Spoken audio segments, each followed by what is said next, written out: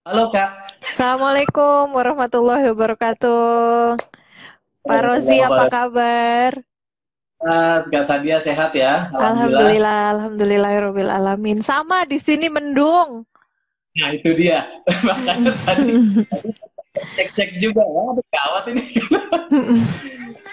Her insya Allah. Mudah-mudahan. Tadi saya bilang sama teman-teman Kak Sadia, jadi saya bilang ini adalah hari yang sore yang spesial. Saya bilang kenapa begitu? Karena uh, Chandra Society atau Nurholis Masjid Society baru pertama kali mengundang Iya, iya, seleb, iya, benar-benar. Baru pertama kali mengundang apa? Nggak kedengeran ah. mengundang seleb ini Ya kita. Allah, Sela. Seleb Instagram saya belum bisa swipe up loh, belum, bukan seleb. Belum bisa swipe up. Teman-teman sambil kita ini, saya mulai aja ya, Kak Sadia ya. Kita Ya, sambil ngobrol ya. ya. Yes, yes, Ah, yes. Mm-mm. Assalamualaikum warahmatullahi wabarakatuh. Eh, Waalaikumsalam warahmatullahi wabarakatuh. Instagram @Nur Society dan @Sadia Ma'ruf, Sadia titik Ma'ruf. Senang sekali pada sore ini saya bisa menyapa teman-teman semua dan kita berdoa bersama semoga kita dalam keadaan sehat walafiat. Amin, amin, insya Karena Allah. seperti ini kita betul-betul harus menjaga diri, menjaga keluarga, tetangga, teman-teman semuanya. Semoga semua bisa melewati situasi atau krisis ini ya dengan baik. Nah, Amin. saya ulang, ini adalah sore yang sangat bahagia, sangat spesial karena kami bisa paling tidak buat kami di Nurholis Media Society ada satu narasumber yang ya sibuknya bukan main, tetapi alhamdulillah bisa bisa berkenan hadir. Tadinya apa namanya, ya kami berpikir kalau dari Ibu Omi, teman-teman di Canurian itu apa di Chandra Society bilang apa mungkin mengundang orang lain, apa maksud saya mengundang orang Sadia Malik, dan kita coba dan atas rujukan teman dan kita akhirnya bisa mengundang Kak Sadia. Selamat datang di uh, Chandra Society. Terima kasih banyak. Nah ini tema yang cukup apa ya, cukup gabung ya. Mendebarkan, cukup mendebarkan.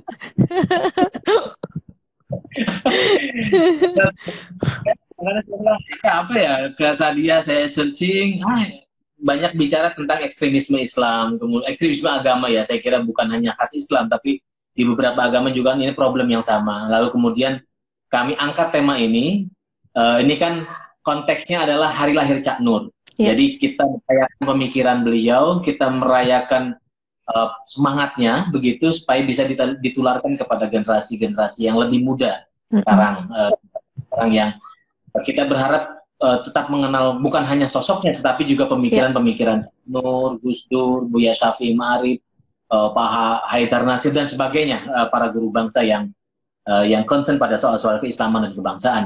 Nah, uh, sebelum masuk ke lebih jauh, saya ingin sedikit mengenalkan. Tadi saya bilang bahwa acara ini adalah dibuat dalam rangka hari lahir Cak Nur, kemudian saya ingin mengenalkan Kak Sadi adalah seorang ya orang tahu ya, stand up komedian atau komika yang masuk di dalam 100 perempuan inspiratif dunia versi BBC. BBC. Nah, uh, saya sedikit lagi, Sadia Maruf lahir di Pekalongan. Dia adalah seorang pelawak tunggal. Perempuan yang akrab dipanggil dia ini lahir dari keluarga Hadrami Arab dan sering membawakan lawakan tentang keturunan Arab dan Islam. Nah, lalu kemudian meraih gelar sarjana di bahasa Inggris di UGM Yogyakarta pada tahun 2009. Kemudian meraih gelar S2 di kampus yang sama. Nah, nanti kita akan bicara tentang mengapa mengambil jalan lawak tunggal sebagai profesi, katakan begitu. Kemudian sekarang juga selain menjadi stand up comedian juga menjadi juru bahasa dan penerjemah profesional gitu ya Kak Dia ya. Oke, ya. seperti tadi kita singgung bahwa kita akan bicara topik yang hangat, yang mendebarkan tentang Cak Nur dan tantangan populer agama. Nah, kami Mm-mm. sengaja mengangkat ini Ini sebagai khidmat kami terhadap sang guru bangsa, sebagai apresiasi kami terhadap pemikiran Cak Nur yang menginspirasi dan makin mendapatkan konteksnya saat ini. Misalnya ketika kita bicara tentang topik populisme pada hari ini, tentang radikalisme, tentang ekstremisme, itu adalah sesuatu yang sebetulnya sudah dibicarakan Cak Nur pada tahun 80-an, 90-an. Artinya ada argumen, ada antisipasi, katakan begitu, sudah dibicarakan oleh Cak Nur. Nah, semua itu mendapatkan konteksnya hari ini. Artinya apa yang sudah dibicarakan oleh Nur, oleh para pembaru lain, sudah ada sebelumnya, sudah dibicarakan sebelumnya. Nah, ini adalah, bolehlah kita bilang bahwa ini adalah tantangan paling serius saat ini. Yes. Karena, apa ya, makin ke belakang ini kok makin kecenderungannya makin menanjak begitu ya. Jadi, orang-orang yang merasa mayoritas itu sangat menentukan ruang publik, menentukan diskursus di publik. Nah, banyak sekali ceritanya, termasuk yang terakhir peristiwa di Padang itu, di SMKN 2 Padang itu kan diskusinya begitu hangat dan kami juga membuat semacam tanggapan terhadap itu dan diprotes juga banyak orang karena dianggap tidak pro-Islam. Pasti. Nah, menurut Kak Sadia ini gejala apa, Kak? Waduh. Iya.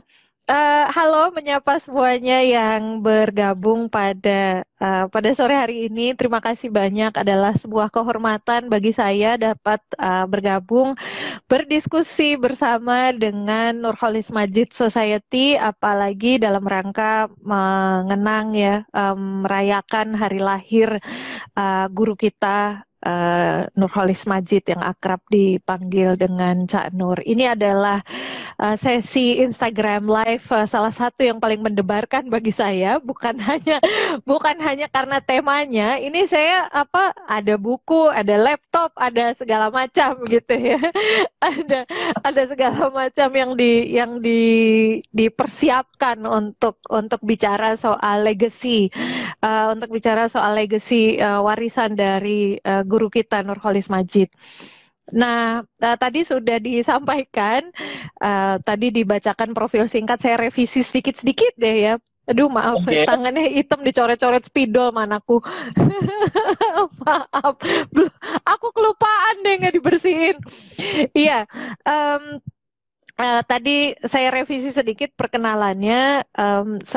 Saya berprofesi sebagai stand-up comic, betul. Berprofesi sebagai juru bahasa atau conference interpreter itu even jauh sebelum menjadi komedian dan masih ditekuni sampai sekarang. Pendidikan saya di sastra Inggris Universitas 11 Maret Surakarta, kemudian S2-nya baru di Universitas Gadjah Mada. Nah, itu semuanya informasinya sebagian ada di Wikipedia juga, nyombong sedikit ada di Wikipedia.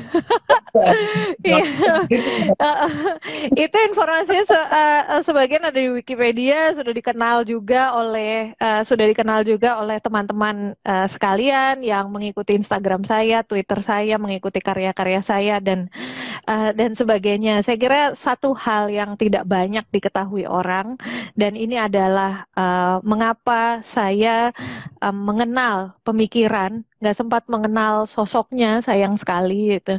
Mengenal pemikiran Cak Nur adalah dan ini yang tidak ada di profil manapun itu, tidak ada di profil manapun. Saya ini kader HMI gitu. Jadi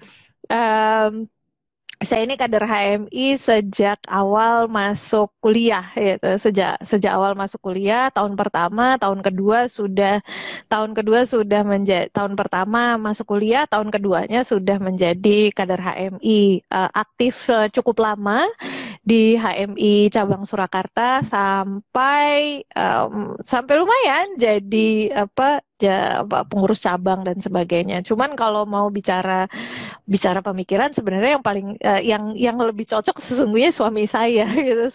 Karena suami saya pernah beberapa kali berdiskusi dengan Cak Nur pada saat Allahyarham masih hidup, karena suami saya sampai di PBHMI gitu. Jadi emang udah sekeluarga gitu. emang sudah sekeluarga. Emang udah sekeluarga dan ini yang apa yang tidak banyak diketahui, tidak banyak diketahui orang.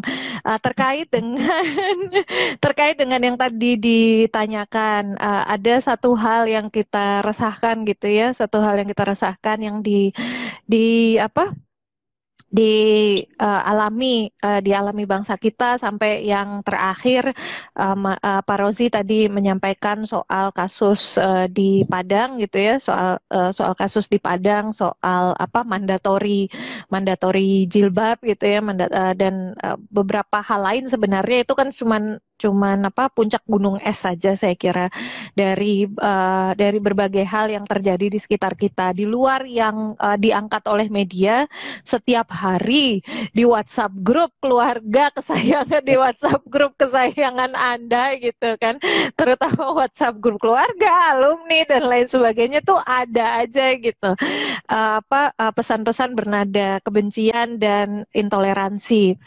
Saya kira berkaitan dengan tema sore ini, Cak Nur dan populisme agama, satu hal yang tadi saya juga sempat memperbincangkan sama suami saya, kapan ya kita punya apa masa-masa di mana gitu, masa-masa di mana pemikiran Islam memang kita punya lagi gitu ya, kita punya lagi masa-masa di mana pemikiran Islam sedemikian berkembang gitu, pemikiran Islam sedemikian berkembang, ruang-ruang diskusi keislaman sedemikian berkembang dengan terbuka.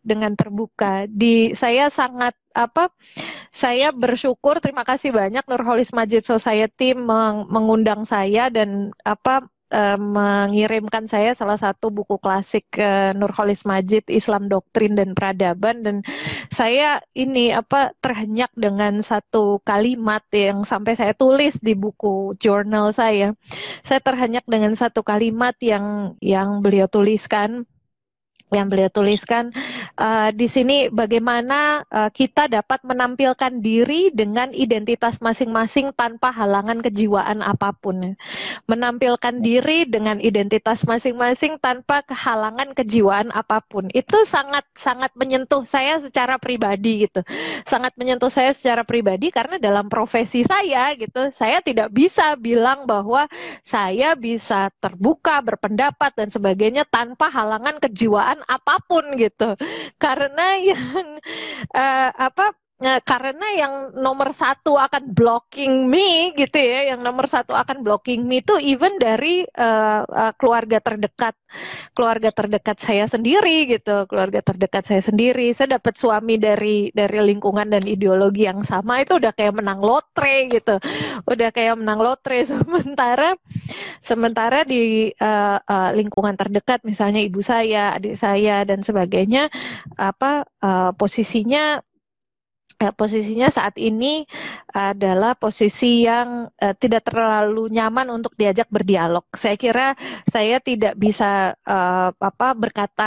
saya tidak bisa berkata buruk tentang siapapun, apalagi orang-orang terdekat saya itu ya. Saya tidak bisa berkata buruk karena itu juga bukan ajaran Nurholis Majid gitu untuk menganggap orang Muslim yang lain apapun latar belakangnya sebagai buruk, ekstrim dan lain sebagainya. Jadi saya kira salah satu kalau dibilang gejala apa gitu ya, ya banyak tokoh intelektual dan sebagainya diskusi tentang soal populisme ini, soal populisme gitu ya. Populisme itu kan gejala global sebenarnya, gejala global. Kita tahu misalnya di Amerika Serikat lengsernya Donald Trump itu ya, lengsernya Donald Trump tidak dibarengi dengan pulihnya keamanan, demokrasi dan sebagainya. Baru saja kita tahu seminggu kemarin ada penembakan beruntun terhadap komunitas Asian American dan sebagainya, dan itu hanya contoh yang diterima secara global, artinya hanya contoh yang paling high profile lah ya secara global gitu. Tapi keseluruhannya memang demikian. Saya kira salah satunya dan ini adalah yang kita rindukan bersama gitu. Tradisi intelektual, apalagi tradisi intelektual Islam yang penting untuk dihidupkan kembali. Penting untuk dihidupkan kembali. Saya nggak mau ngomong terkikis dan segala macam. Saya kira tokoh muda saat ini banyak gitu ya. Tapi bagaimana diskusi atau uh, pergulatan pemikiran Islam gitu ya. Saya kira penting untuk dihidupkan kembali. Saya uh, gitu dulu deh. Jadi banyak.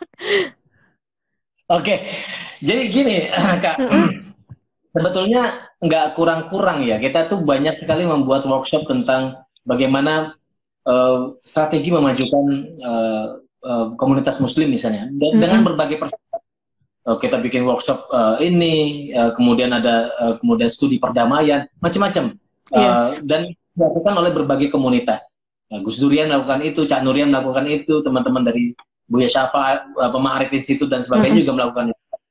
Lalu pada saat yang sama, ini kan problemnya gini, pada saat yang sama juga ada semacam gempuran tentang ya tadi itu di WhatsApp grup, di media sosial, di mana orang bukan mencari kebenaran, tetapi mencari pembenaran. Jadi kalau bicara tentang tentang isu tentang jilbab misalnya, itu saya nggak mencari kebenaran dari Kak Dia, tapi ini pembenaran gue gitu, jadi nggak mungkin bisa dikatakan. Nah, maksud saya itu kok kayak bukan sia-sia, tetapi apa yang kurang strateginya menurut mungkin Kak Dia punya pengalaman apa yang kurang strateginya? Kalau saya mau ngomong strategi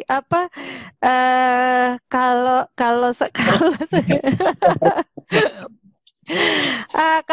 kalau mau bicara strategi, saya kira salah satu yang menjadi keresahan saya juga gitu ya. Salah satu yang menjadi keresahan saya adalah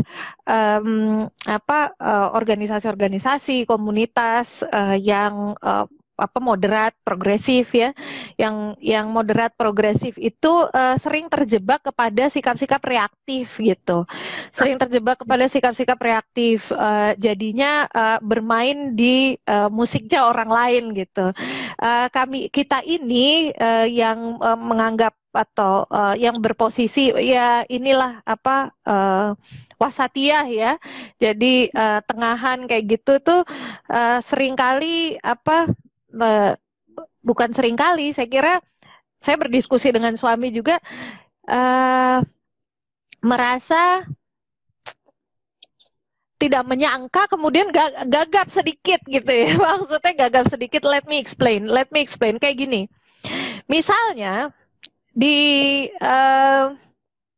organisasi mahasiswa misalnya di HMI dulu, dan juga diskusi-diskusi setelahnya, kita itu berbicara soal kemajuan, kita itu berbicara soal peradaban. Bagaimana kalau Cak Nur berpesan itu kan peradaban adalah wujud kekhalifahan kita di bumi gitu kan, sebagai manusia. Artinya kita berbicara soal tanggung jawab peradaban gitu kan. Kita berbicara soal tanggung jawab peradaban ketika gitu kan pada suatu hari disalib gitu, kayak dari mana kayak gitu kan, disalib dengan, kan bayangkan Mas Rozi, this is 2021 ya, ini tahun 2021, kita itu masih berdiskusi soal perempuan boleh keluar rumah apa enggak kan, gitu loh maksudnya, itu loh gitu. Karena saya tidak ingat bahwa hal-hal seperti itu tuh pernah didiskusikan di HMI gitu loh, maksudnya, because it doesn't matter gitu loh, it doesn't matter gitu kan, it doesn't matter karena kita sudah final di sisi itu gitu ya, kita sudah final di sisi itu. Saya ingat mungkin mengutip tokoh intelektual Islam yang lainnya, saya pernah menghadiri salah satu ceramah Cak Nun, M. Ainun Najib itu yang bilang bahwa perempuan dan laki-laki itu hubungannya suami istri, maksudnya fungsi-fungsi reproduksi dan keluarga gitu, fungsi-fungsi reproduksi dan keluarga di luar itu equal saja gitu loh, maksudnya. Makanya kalau M. Ainun Najib, Cak Nun dulu bilang bahwa ya itulah mengapa Ma'iyah gitu ya, jamaah Ma'iyah itu sangat egaliter, terbuka, kayak nggak usah pakai korden gitu ya, laki-laki perempuan dan sebagainya kayak gitu. Karena yang namanya laki-laki perempuan itu, kalau bicara laki-laki perempuan dengan segala hak dan kewajibannya, itu posisinya di konteks keluarga gitu kan, posisinya di konteks keluarga sebagai manusia yang seutuhnya. Cak Nur pun, Nurholis Majid, tidak pernah berbicara soal, saya tidak ingat tuh di NDP HMI itu ya, nilai dasar perjuangan HMI itu ada ngomongin laki perempuan tuh, nggak ada gitu. Nggak ada Mas Rozi itu geleng-geleng, udah nggak ada ngomongin laki-laki perempuan. Adanya ngomongin manusia, bagaimana fitrah manusia, bagaimana manusia memiliki kecenderungan hanif, itu kan kecenderungan kebaikan dan kebenaran, kecenderungan terhadap kebaikan dan kebenaran itu yang saya ingat banget itu dari mahasiswa tuh, dipegang banget. Dan itu terlepas dari konteks laki-laki dan perempuan. Lah kok ujuk-ujuk gitu kan, lah kok ujuk-ujuk hari ini masih ada yang ngomongin soal perempuan tidak boleh keluar rumah misalnya, dan sebagainya.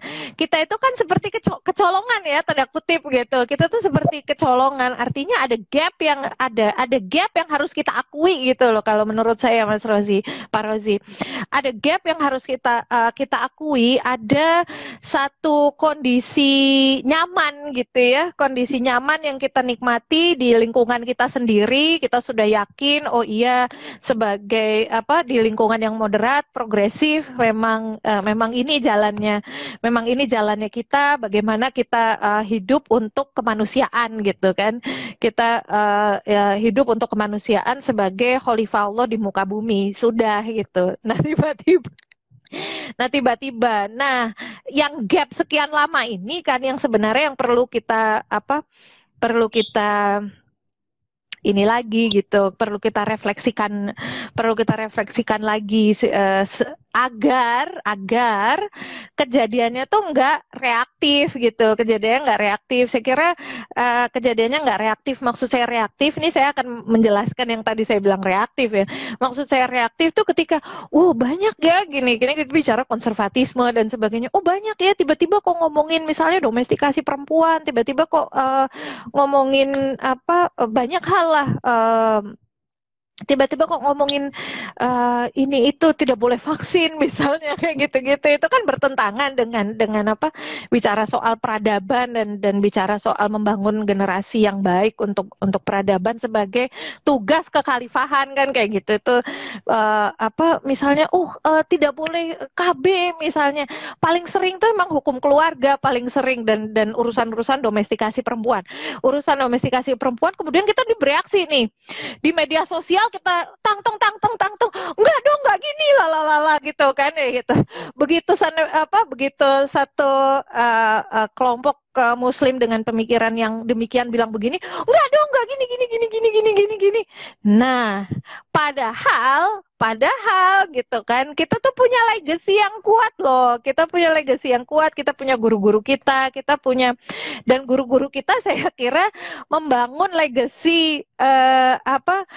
legacy pemikiran Islam itu juga bukan sikap reaktif dan reaksioner dari apapun gitu loh, tapi memang proses dialektika dari memang proses dialektika. Saya kira itu yang kurangnya gitu ya. Jadi bagaimana kita nggak hanya tang ngebalesin narasinya orang gitu ya, enggak dong, nggak ada itu khilafah misalnya, kayak gitu ya. Pokoknya kalau ada apa-apa saya ditolongin loh ya, tolong kayak gitu. Kalau ada apa saya itu, maksudnya nggak gitu loh. It doesn't matter apa yang dibilang orang tuh, doesn't matter. Tapi bagaimana kita membangun our own narrative gitu loh. Kalau saya ya, yang saya gelisahkan seperti itu. Jadi bagaimana kita membangun our own narrative seperti guru-guru kita dulu. Caranya sih macam-macam sebenarnya, kayak entering social media, engaging orang-orang berpengaruh yang berpikiran sama. Saya bilang orang berpengaruh, bukan influencer loh ya, produk kayak gitu. Jadi orang-orang berpengaruh yang sejalannya sama, dan tidak akan mudah gitu loh, tidak akan mudah. Saya menempuh jalan komedi juga, waduh, terjal mah terjal. Jadi tapi saya kira gini, kita tuh know better gitu. Saya beberapa hari yang lalu tuh menulis di Twitter begini, yang konservatif marah-marah sama masyarakat gitu, umat ya gitu, yang moderat dan progresif marah-marah sama yang konservatif. Jangan gini, jangan gini. Terus saya bilang, lah ini yang Islam ramah, yang Islam rahmah gitu, yang Islam ya, bukan, mohon maaf, saya tulis di Twitter yang ini yang Islam, terus yang Islam ramah yang mana, kok marah semua kayak gitu gitu.